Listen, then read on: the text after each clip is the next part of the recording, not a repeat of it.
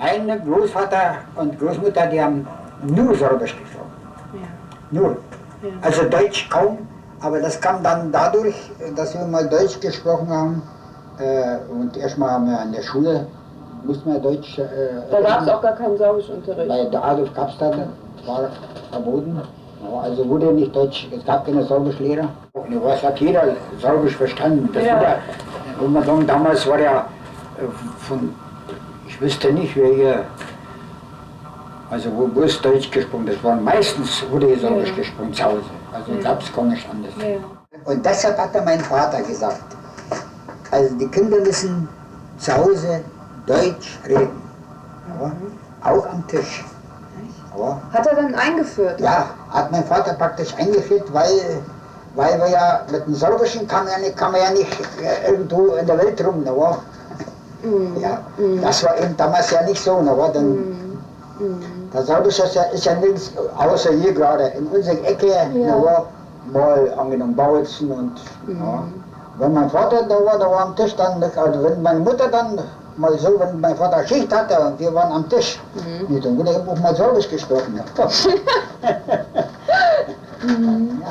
Genau, und dann hatten sie auch irgendwie erzählt, also das habe ich noch so. Mein Vater konnte auch Sorbisch, davon abgesehen. Ja, wenn er aus Schleifer kam. Genau so, da war bloß, er sagte eben, was die Kinder müssen eben das Deutsche wird ja gefragt. Na, was nützt das, wenn wir Sorbisch sprechen und die Kinder weder lernen nicht. Na, Es gehen ja sowieso sehr wenige in das Sorbische. Das kriegt man nicht mehr mit wie früher. Wenn das früher immer war, da hat man das alles mehr mitgekriegt. Aber jetzt ist die Sprache schon da nach Bautzner. Das ist ein bisschen anders. Ja. Und wir haben hier in unserer Sprache viel deutsche Wörter. Ja, viel Deutsch.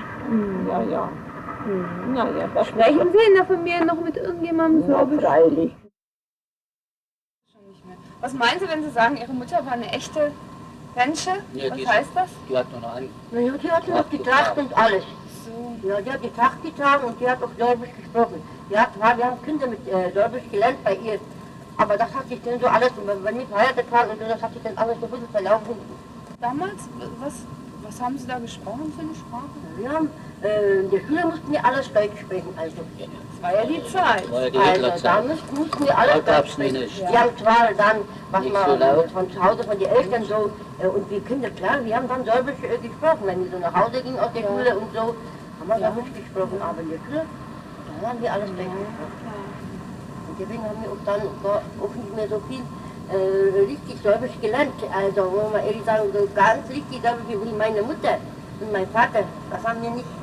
Ich kann mich noch so erinnern, so, ich kann wohl noch so, aber so richtig, wenn ich mich müsste jetzt so richtig Sorbisch unterhalten mit jemandem, kennt ich gar nicht mehr.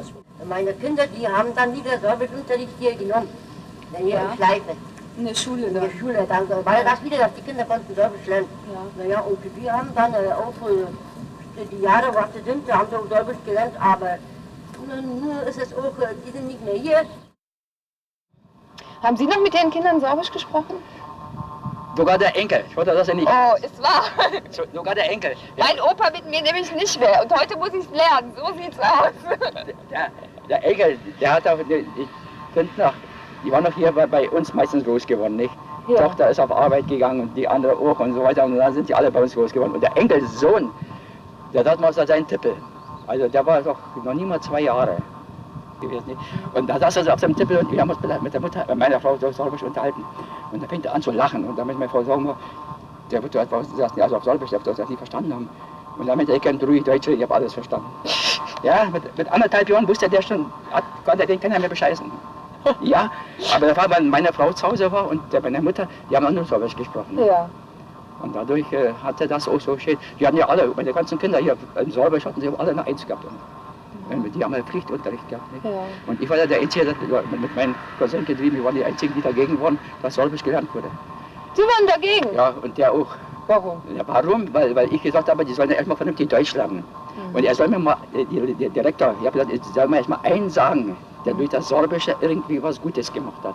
Also irgendwie gut, dass sie kennen, Also das, was das uns ist ja die echte Sorbisch. Das sind ja hier die Kamenzer, Bautzner, die haben ja, und Spreewälder, die haben ganz andere, also mit Spreewälder ja, aber mit hier, das ist so ein ganz anderes Sorbisch, was die haben. Und das ist schon so ein bisschen vermischt hier gewesen bei uns.